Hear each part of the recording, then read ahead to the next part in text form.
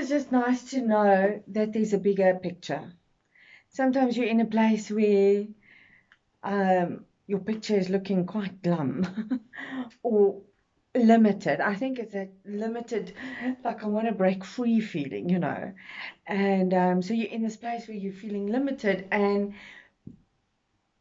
you just need to know that there's this bigger picture.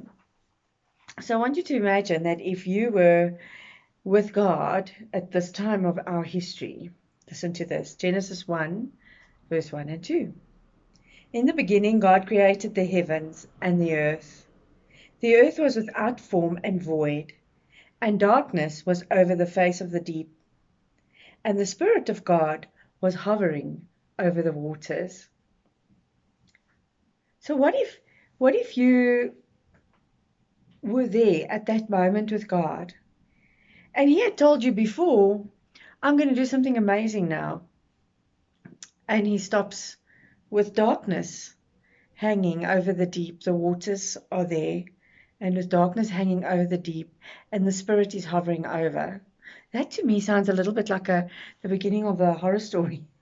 Actually, if you imagine just that scene, we know what all comes behind. But if you were sitting there at that moment with God, you would have felt, well, but dark, Lord.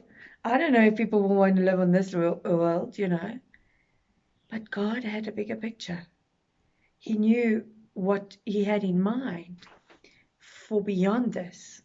And He knew that when you are in a space, you have to wait for that time to come to fruition, so that the next time can come over, or become.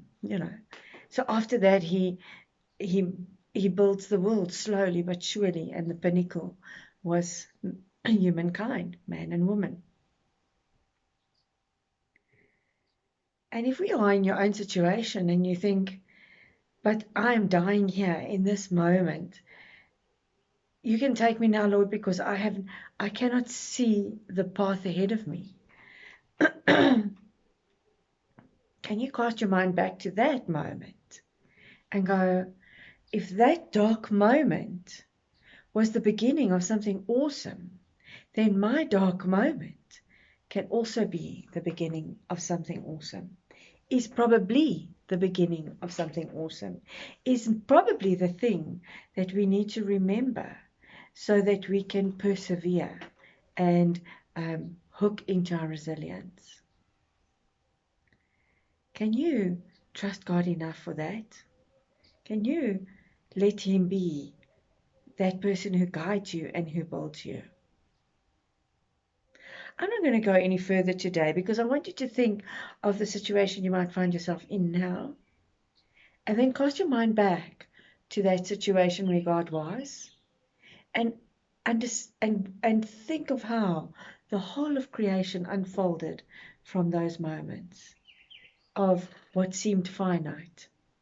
But it was finite for that moment. But the moments to come were so much greater. And that's you. That's what's going to happen for you.